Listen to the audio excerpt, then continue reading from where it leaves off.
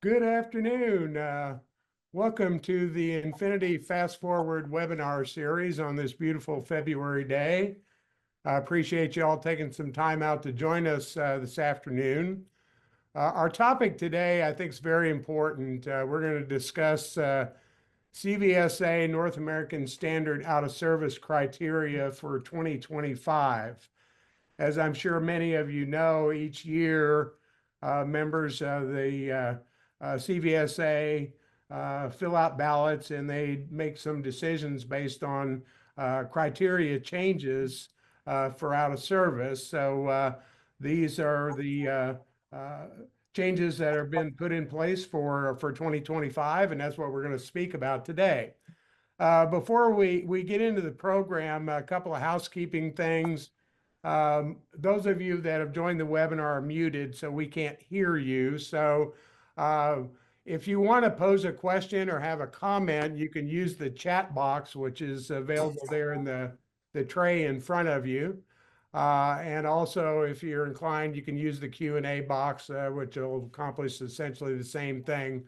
We can see those comments and questions on our side, and we're going to try to hold those questions until the end, just to make sure we can get through all the material we have to present today. So if you all don't mind, why don't you just jump on the chat, tell us who you are, where you're from, what company you're with, so we can get some idea who's out there today.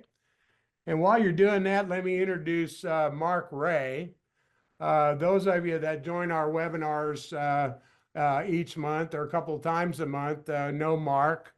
Mark's a consultant in the industry. He's 35 years, I believe, as a truck transportation executive. Mark is a certified director of safety. He still holds a CDL and is very much involved with a number of advisory boards and councils and such around the North Texas area here. And he's also was a commissioned Army officer. So Mark, what do you think about today's program? People out of service can be kind of costly in this business.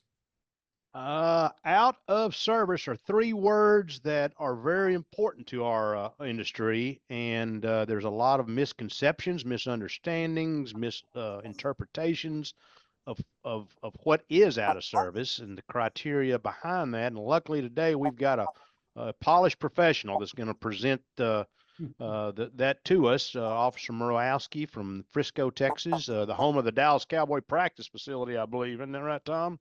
That is correct. And one of the things I've heard from drivers over the years when they get put out of service, nobody told me or I didn't know, and there's no excuse for that. I think sharing this information, exchanging this information through the Infinity platform with either the existing content that we have or doing your own custom content, you've got to get this information from professionals like Officer Tom to your drivers in the field, or they're going to make their own interpretation. So I'm really looking forward to this today.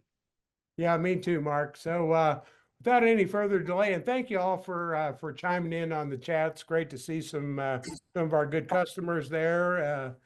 Thank you for joining us. So let me introduce our guest today. Our guest today is Officer Thomas Mrozinski. He's a full-time police officer with the city of Frisco, Texas. Police Department. He's got over 31 years of law enforcement experience, specializing in traffic, commercial vehicle enforcement, and collision investigation. Tom holds a Master Peace Officer license with the Texas Commission of Law Enforcement with approximately 4,000 hours of continuing education. He has investigated hundreds of fatal collisions involving passenger and commercial motor vehicles throughout his career and has presented collision reconstruction cases in court and provided civil depositions regarding his investigations. Thomas has received extensive classroom training and has participated with controlled live crash testing during collision investigations and reconstruction. Tom is certified to conduct CVSA North American Standard, General Hazardous Materials, Cargo Tank, and other bulk packaging inspections. He serves as the agency MCSAP coordinator, and for those of you that don't know, that's Motor Carrier Safety Assistance Program, and oversees all training and certifications of CVE inspectors for the Frisco Police Department. He served on several committees within CVSA as a voting member and on the board of directors with the Commercial Vehicle Safety Alliance as the past locals membership vice president and president, and is the current chair of the Operation Air Brake program with CVSA. As the only local law enforcement member, Officer Mrozinski received an appointment from the acting administrator, Ann Carlson, of the National Highway Traffic Safety Administration to serve on the agency's 6th edition of the Model Minimum Uniform Crash Criteria Committee for the National Highway Traffic Safety Administration for a 2-year term. In addition, Tom has received an appointment from the Secretary of Transportation, Pete Buttigieg, to serve as a law enforcement member on the department's advisory committee on underride protection for a 2-year term. Tom currently serves as a contract instructor for the Commercial Vehicle Safety Alliance for the CMV post-crash inspection course. He's an active member of the Dallas-Fort Worth Council of Safety Professionals and has presented various instructional topics to the council. So without any further delay, Thomas, welcome. Thank you, sir, for being here, and I'll turn it over to you. Okay, well, thank you both, Mark and Steve. It's an honor to be back here in front of you. It's here a few years ago presenting with another CVSA colleague. So again, I'm honored to be here in front of you and your customers that you have here to listen to talk about an important topic such as the honor service criteria. So the presentation that I'm going to present today was built by CVSA. It was presented through their webinar system back on January the 29th. So if any of you were on that, then you're going to see the same presentation, but it doesn't hurt to go over it again. So we'll go ahead and get started. There are a few updates with the 2025 honor service criteria and inspection bulletins, and we're going to go over a few of those. Just to kind of get started, this year's honor service criteria handbook highlights the winner of the 2024 North American Inspectors Championship, Jared Coaster from the Fort Worth Police Department in Texas. This was Jared's first time competing at NACE. Last year, he took home the Jimmy K. Ammons Grand Champion Award. He also took home 3rd place in the Hazardous Materials Dangerous Good Inspection, 1st place in the Passenger Carrier Level 5 inspection, and 1st place in the Level 1 inspection. Please look for his articles in the next few issues of The Guardian magazine. The first quarter article is titled My Journey to NACE and his personal story. I know Jared personally. He's a phenomenal officer. Quick bit about him. He's only been a police officer about 7 years, and he's only been a commercial vehicle inspector for about 3 of those. So this is a tremendous, tremendous honor for him to achieve this in a short amount of time. So just want to throw that out there as well. All right, so we'll dive into the changes that will take effect on April 1st of 2025. Just as a note, they always indicate how the changes in the handbook are shown. With the slide here on the screen, the asterisk will be at the beginning of each section, subsection, and paragraph so that it is evident what sections have been updated, and the edited section is highlighted in gray. So we'll start in part 1 of the driver. There weren't very many, but some are pretty significant changes. Sorry about that. A little lag in my system. The first change will come in part 1. Deals with Canadian non-CDL licensed drivers that are transporting dangerous goods or hazardous materials. Canadian drivers are required to present a transportation of dangerous goods certificate when they are transporting dangerous goods. You can see the bullet points on the screen that are required to be on the certificate, and part of the requirement is that that driver is trained in the aspects of handling the dangerous goods for the product they are transporting.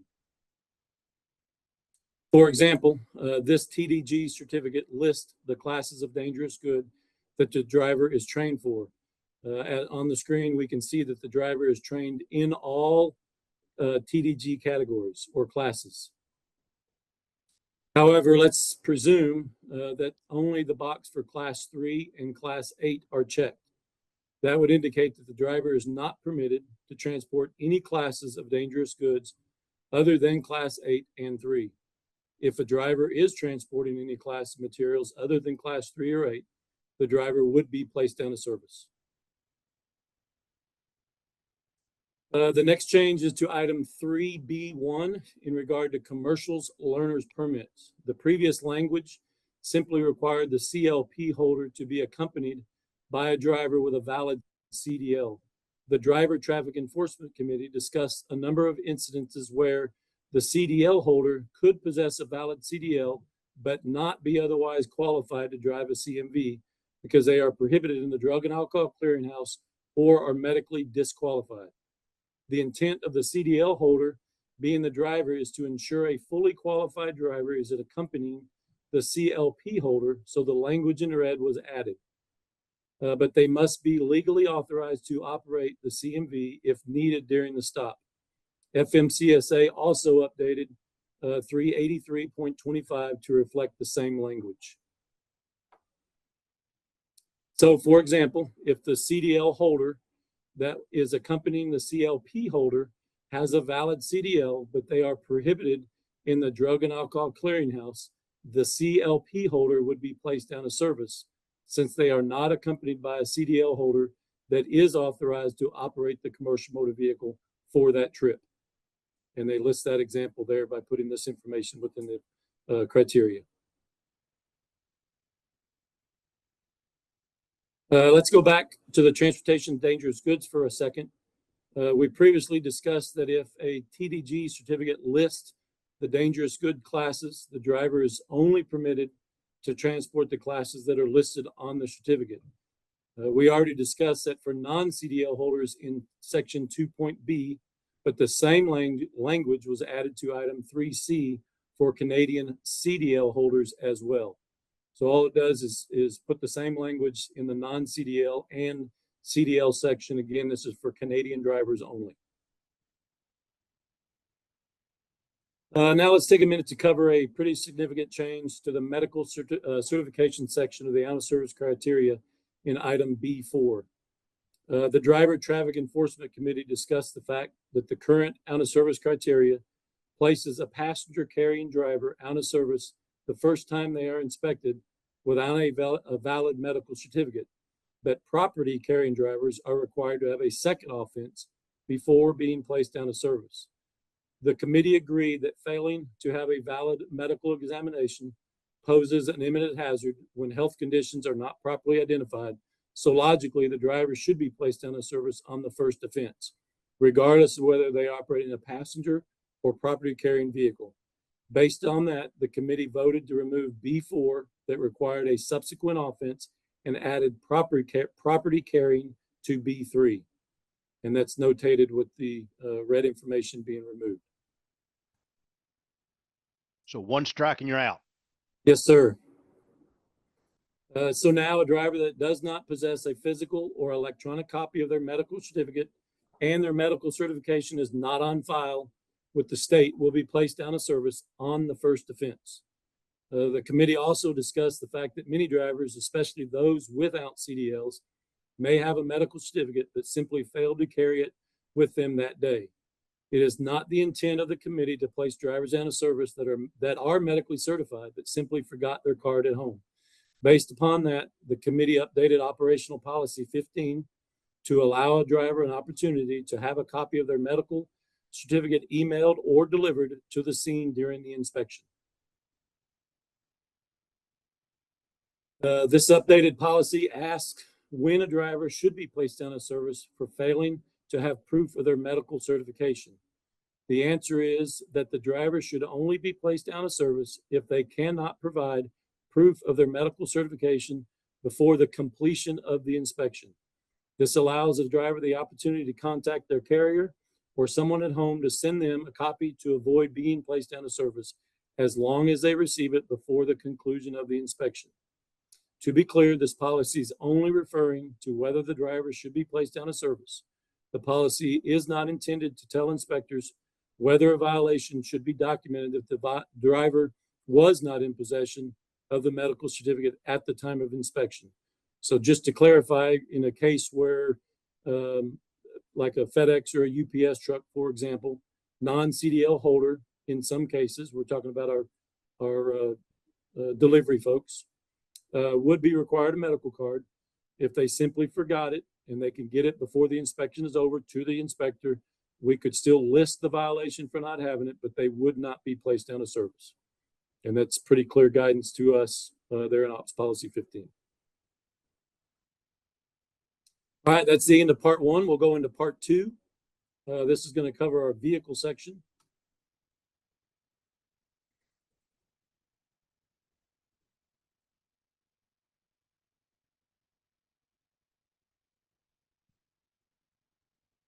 Sorry about the delay.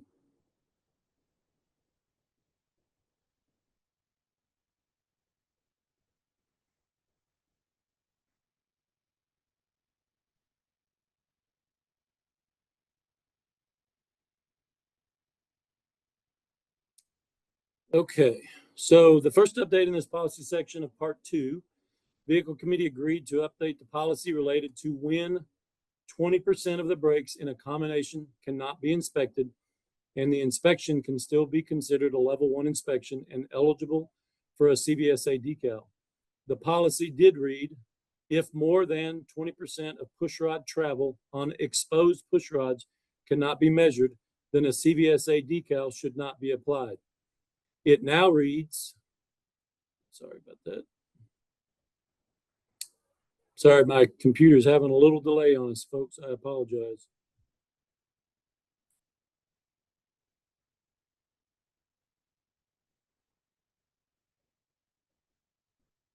It now reads, if more than 20% of the brakes are not inspected, then a CVSA decal should be issued. So we removed the exposed pushrod, obviously due to disc brakes and other brake components.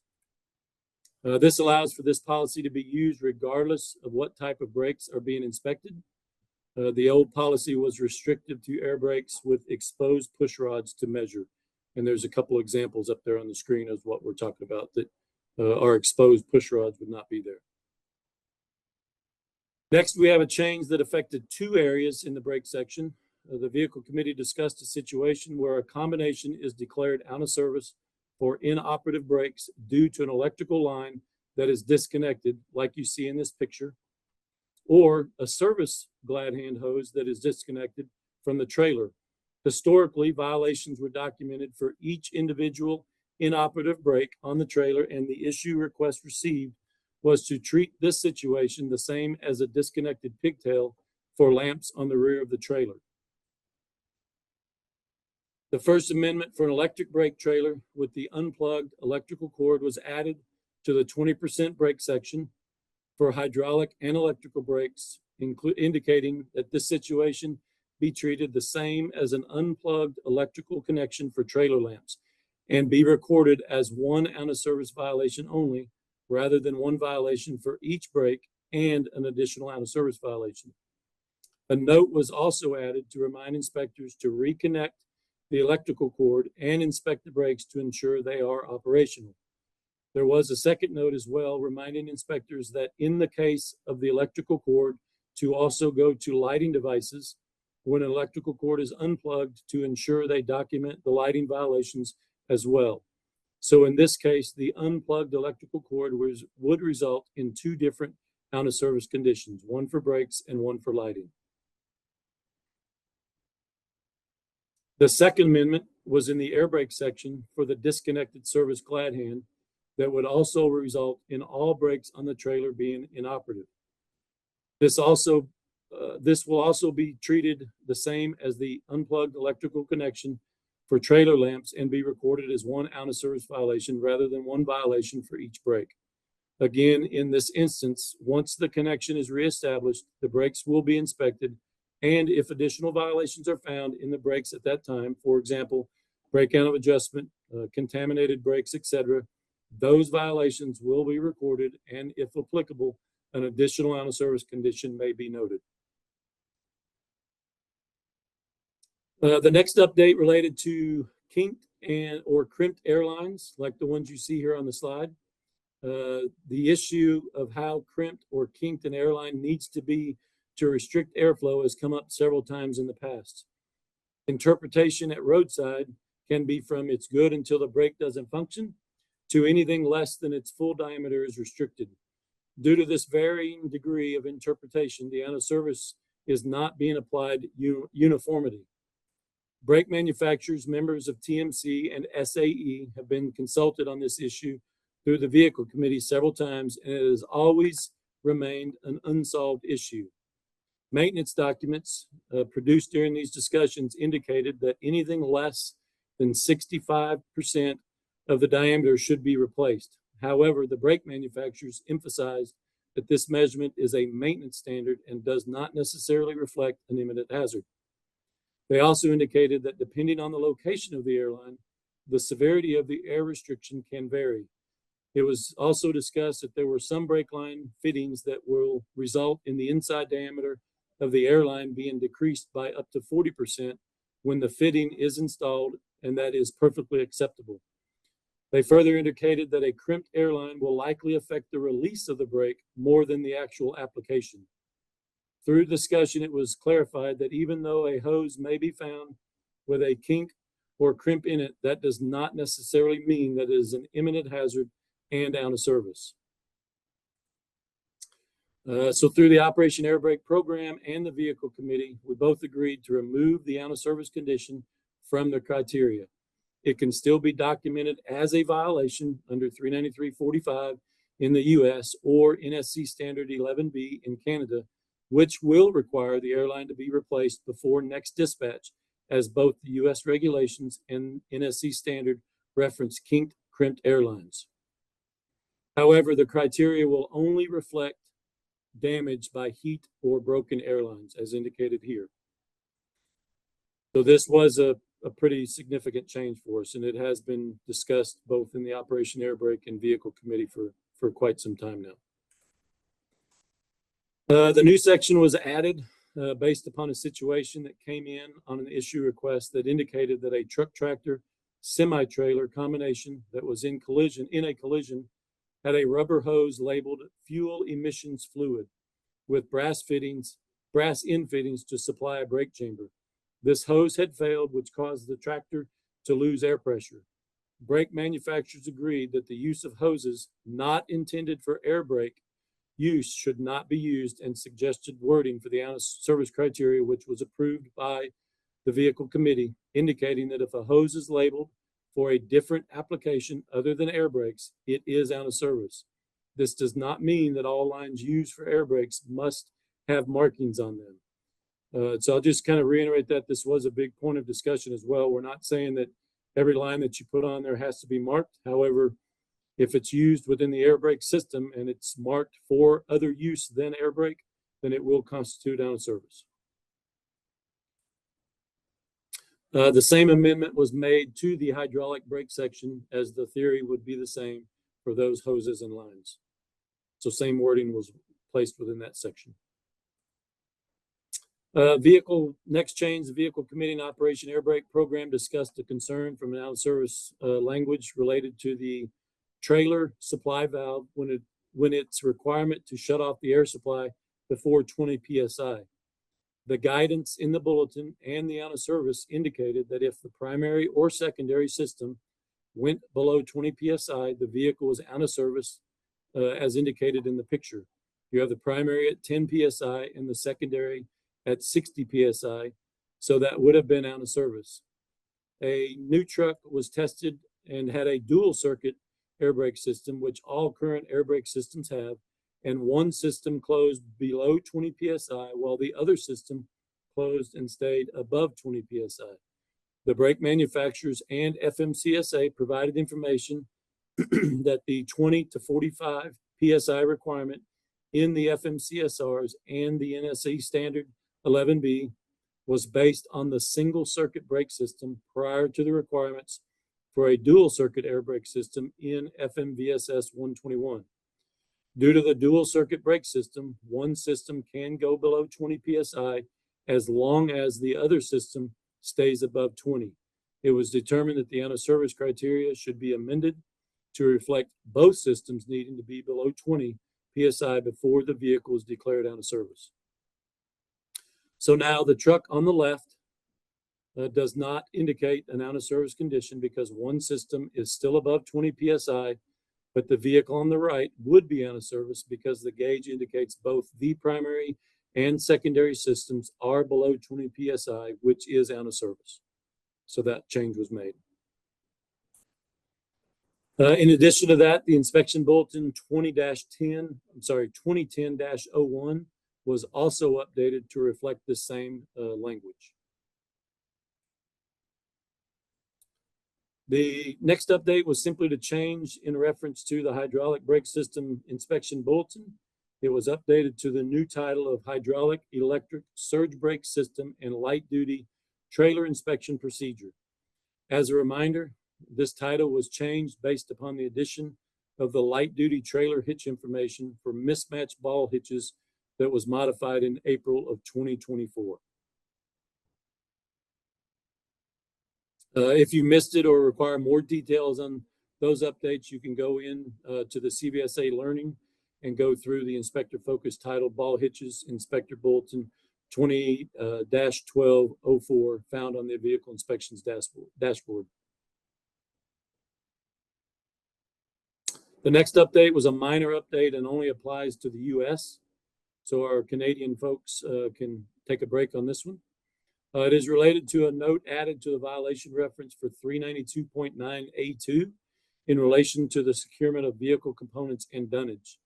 This note was added to clarify that loose dunnage, vehicle components, etc., should be listed as a vehicle violation, even though 392.9A2 is a driver violation in the regulation. There has been confusion during training as to whether the out of service condition should apply to the driver or to the vehicle based upon where the violation code is located in the regulation. This clarification was simply added in the reference for training purposes. There was also an addition made to the operational policy 15 reference for the curtain-sided trailers guidance that came out in April of 2024. If you missed it or require more details for those updates, again, you can log on to the CVSA Learning. That information is under the Operational Policy 5, Decals, Inspections, and Operational Policy 15. It's covered in Cargo Securement section for a short focus course if you're interested. All right, in the lighting device section, there was an addition due to the update that was made to the April 2024 out of service criteria for headlamps and tail lamps, indicating that the vehicle is not placed out of service if the lamps are inoperative solely due to the driver not turning them on. When the update was made to the title by adding the information in the parentheses, does not include lamps that are not turned on, the amendment unintentionally affected the out of service condition for projecting loads in paragraph 3. Overhanging loads can operate in a variety of ways and are not necessarily switched on off, similar to headlamps and tail lamps. It was determined that projecting load lamps should be in their own section, and if not operative or missing, etc., be out of service regardless of the reason. This amendment also changed clause B for lamps at any time, day or night, to clause C. So just added that section for the lamps on projecting load and just moved the B down to C for the lamps anytime, day or night. There was also a note added to the lighting section under the criteria for the unplugged pigtail that we discussed earlier. This was a reminder note that was discussed when the language was created for the disconnected electrical cord for the electric brakes. This note serves as a reminder for inspectors to refer back to the brake system if they have inoperative electric brakes due to the electrical plug to ensure they take consideration the out of service for brakes as well as the lamps. All right, these pictures were shown of a vehicle with a cracked bottom plate between the U-bolts. The out of service criteria was considered confusing, so some did not feel it was 100% clear that this should be placed out of service. The vehicle committee agreed that this condition was hazardous as cracked or loose U-bolt, and the section was amended to make it clear in the language that a U-bolt bottom plate that is cracked is out of service. Under Part 2, Item 11D, a diagram of the equalizer suspension was added to the criteria last year to help clarify what out of service criteria section should be used for various conditions. Further clarification was requested to differentiate between the bushings and the bolts, where the arrows were pointing for additional arrows were added to the diagram, and a note was added to help clarify that bushings are referenced in D2 of the out of service criteria and the bolts are referenced in D1. So it just made it a little bit easier for roadside inspectors and your maintenance people to clarify what we were looking at.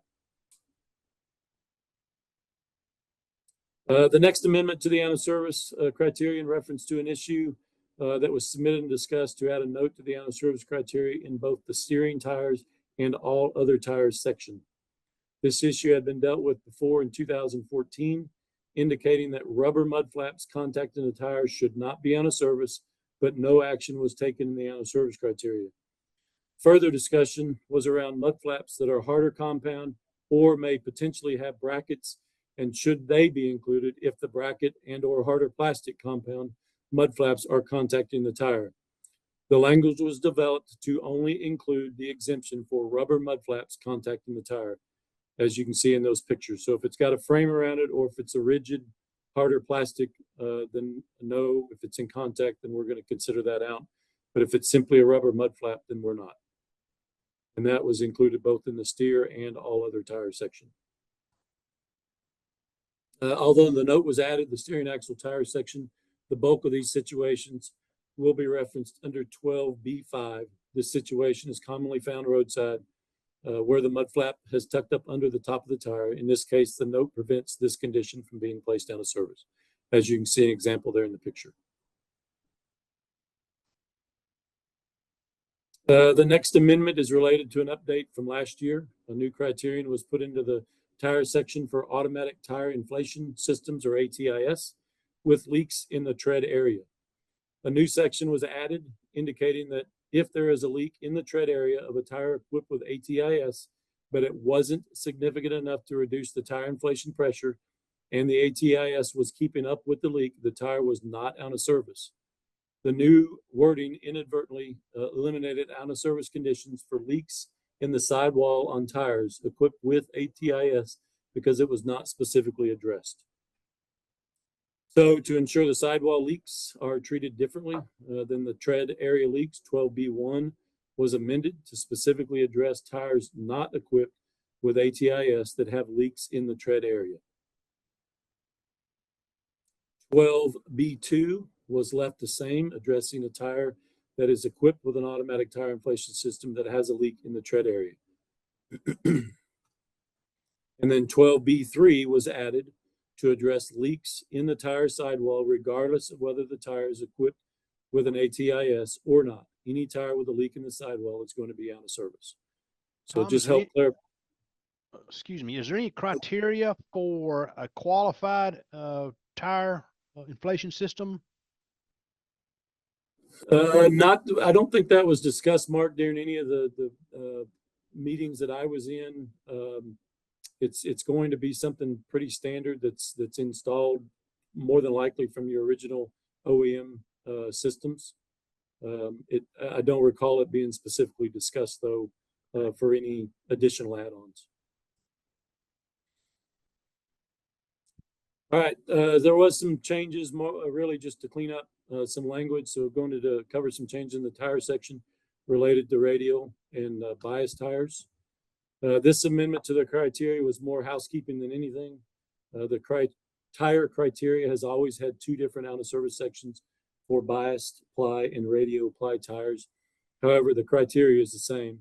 You will see in 7 and 8 in both cases, if more than one ply is exposed in the sidewall and the area exceeds 2 square inches or 12.9 square centimeters, the vehicle's out of service.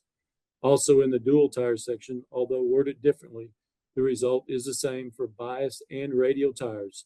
The bias ply says when more than one ply is exposed, and radio indicates 2 or more, which is the same. So to eliminate confusion and to clean up the out of service criteria, 2 sections were deleted and the remaining sections were renumbered, and both sections apply to all types of tires, and the criteria no longer differentiates between radio and bias ply tires. There's no impact on when either type of the tire is out of service, as they were both the same conditions. So just shortened it by about a page and a half. Okay, that's all for the part 2 vehicle section. We'll move into part 3 for the hazardous materials, dangerous goods, and you'll be happy to know that there's no updates. So we're gonna move as directed on that one. So no updates for there. The next few slides really just go over some changes, additions to the other information that's in the out of service criteria. One here deals with Canadian DL charts. Other updates to the handbook include the Canadian driver's license charts and pictorial. Updates were made to the charts for British Columbia, Alberta, Saskatchewan, Manitoba, and Ontario. If you do not have the handbook, you can go into your digital library, find the operations manual, find the Canadian driver's license reference guide folder. Then you will see the English and French version, and you can download a PDF of that particular guide. In addition, there were 20 new out of service pictures added. The updated pictures in the 2025 out of service criteria handbook range from out of service conditions related to brakes, cargo securement, coupling devices, frame, suspension tires, wheels, and hubs. And I also ask that if you see something that's a little more updated from a picture standpoint, please send it into CVSA and they will be glad to get it added into the pictorial. All the pictures in the pictorial in the handbook are now found in the CVSA Learning on the main page for download. You will find the out of service criteria violations photo button on the lower left side of the page from the main page. The pictures for each critical inspection items are in folders available for download to use for any of your training, any needs you may have within your state, province, territory, or company. So if you need something, one of these pictures to go in and put within your presentation, they are there available for your download. Jurisdictional watermark copies of the 8.5 by 11 version. They're sent out to our inspector lead agencies, excuse me, back in December. Other versions of the out of service criteria will be available for purchase in February throughout the website. I know I just ordered ours yesterday. On the home page of the website, just click on the store. In addition, once you're in the store, you will see different versions of the criteria for purchase. There is a handbook or the electronic version of the handbook, the Spanish edition, English Spanish edition, French Canadian edition, and the English French edition. Also, a bulk discount prices for handbook members, enforcement, local member, or trucking association members. There's Wendy's contact that if you do wish to place some type of bulk order, submit it directly to her. She's very responsive and she'll get you taken care of. They also have an app available through the Apple Store or Google Play. With the app, you get access to the out of service criteria handbook. You also have access to a historical out of service that you may have purchased throughout the app in the past. You can easily navigate through the out of service criteria from the table of contents. You can also access inspection procedures, bulletins, the Canadian DL charts, policies, and the emergency declarations portal, among several other handy reference items. So that's it on the out of service criteria. The next few slides just kind of go over some of the inspection bulletins that may have been updated since last year. They're highlighted 3 pages in the out of service criteria handbook outlining the new and updated inspection bulletins. There was one new one and 9 bulletins were amended during 2024 and one amended for April 1 of 2025. And you can see those changes on the slide there. CVSA also publishes a UCR enforcement guidance bulletin annually. Bulletin is published and released on January 1st, and the outline that enforcement is imminent or immediate for the 2025 UCR fees. Fees of 2025 contain approximate 25% increase in fees across all 6 tiers.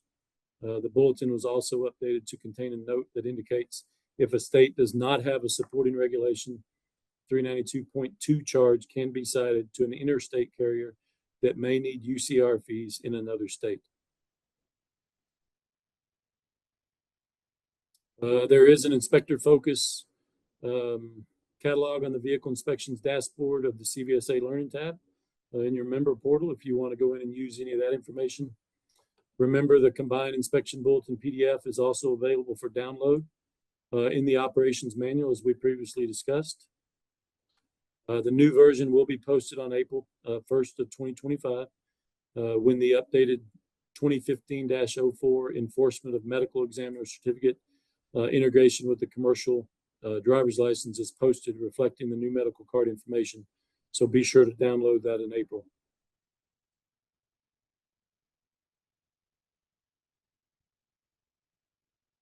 All right, there was a couple changes to operational policy 15, update related to the rear impact guard and the requirement for the certification label in the U.S. regulations.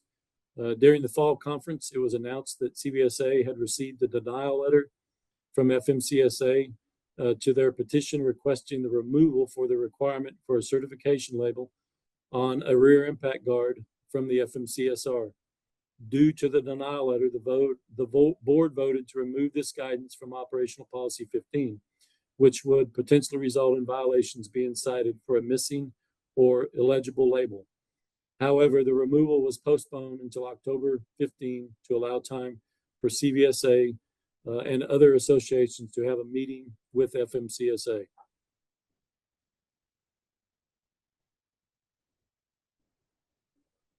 My computer catch up here.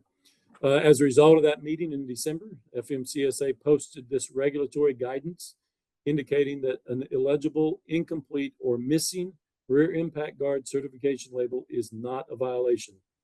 This mimics the guidance in operational policy 15, so OPS 15 will remain as is. CVSA does plan to repetition the agency to have the certification label requirement removed permanently. So just a note for the carriers that are on the call from an inspector, know that this information is there so that if you're receiving a violation on a roadside inspection for this certification label to be there, this would be your grounds for a data queue to have it removed because it's no longer something that we're going to look at. Another update wanted to share was that operational policies related to the roadside inspection are now available on the public side of the website on the inspection tab. I think this is also great for our carriers that are on the call. You will see the items on the left-hand side on the operational policy 5, 14, and 15. They're there for you, and you can download them. So previously, you would have to log into your member portal and then go in and download your operational policy 15, 14, or 5, which is really what us as roadside inspectors and you as carriers should be looking at for uniform data on our inspection reports, our roadside inspection operational policy 15. So I think it's great that they've moved it to their homepage and not have to log in to get it. Another update, let's see, nope, that's the same one that's there. So it's under the operational policies as well. And that is it, believe it or not. Hey. Oh, that was fantastic. We do have a few questions, Thomas. I believe back towards the beginning, you were talking about one of the criteria related to medical cards. And Willie has asked, I thought the driver did not have to have their physical med card on their person as long as it is self-certified with the state.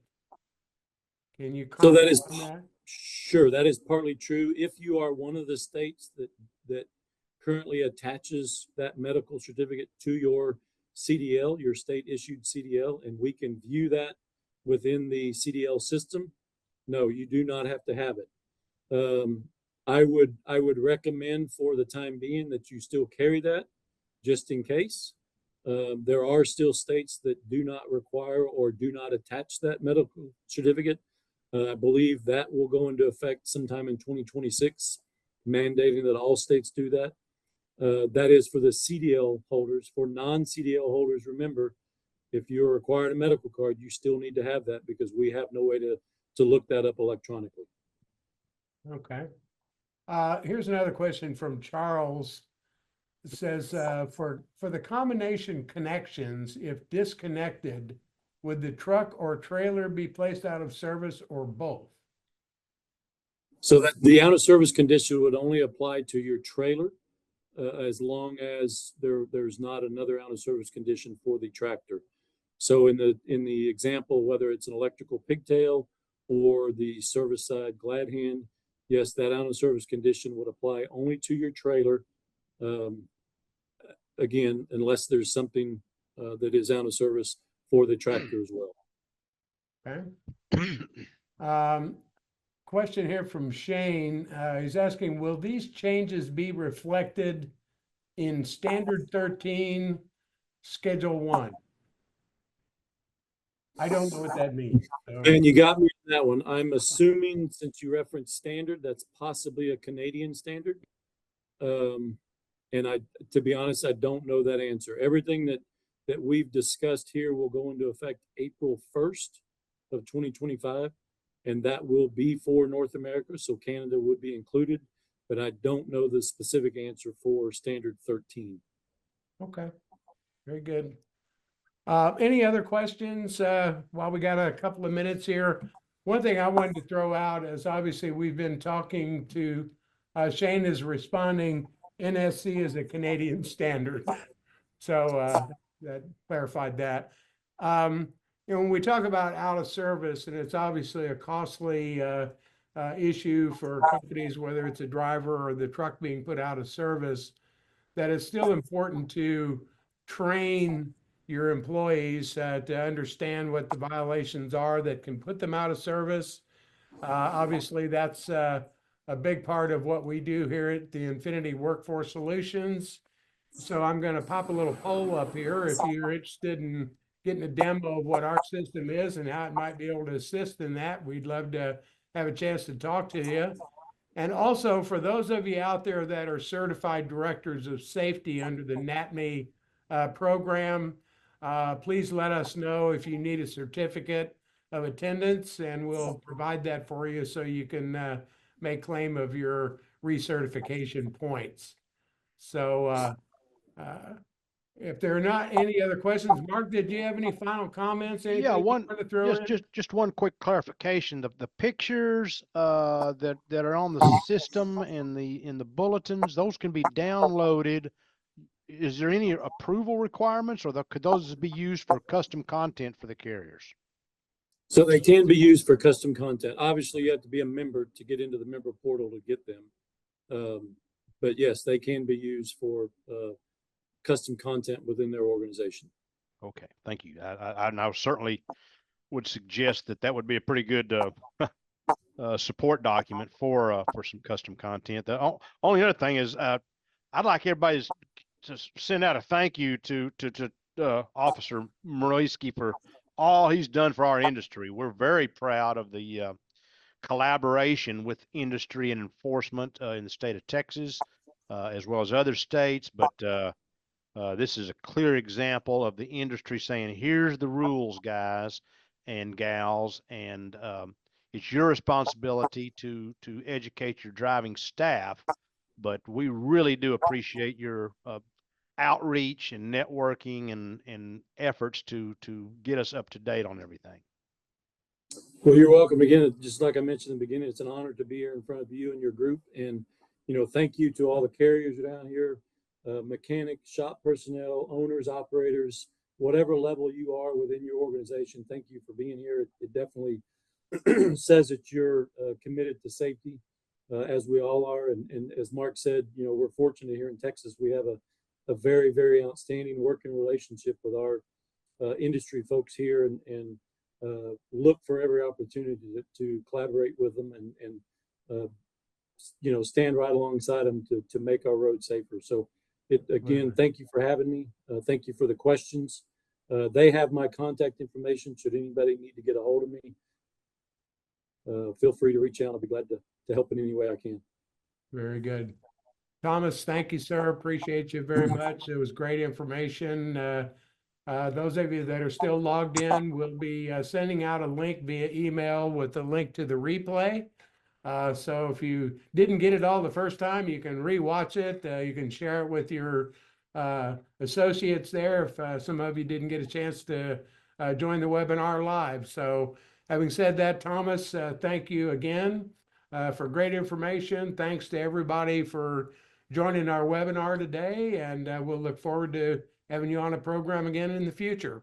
Thomas, thank you, sir. Appreciate you very much. Look forward to it. Thank you all and stay safe. Thank you. Thanks, everyone.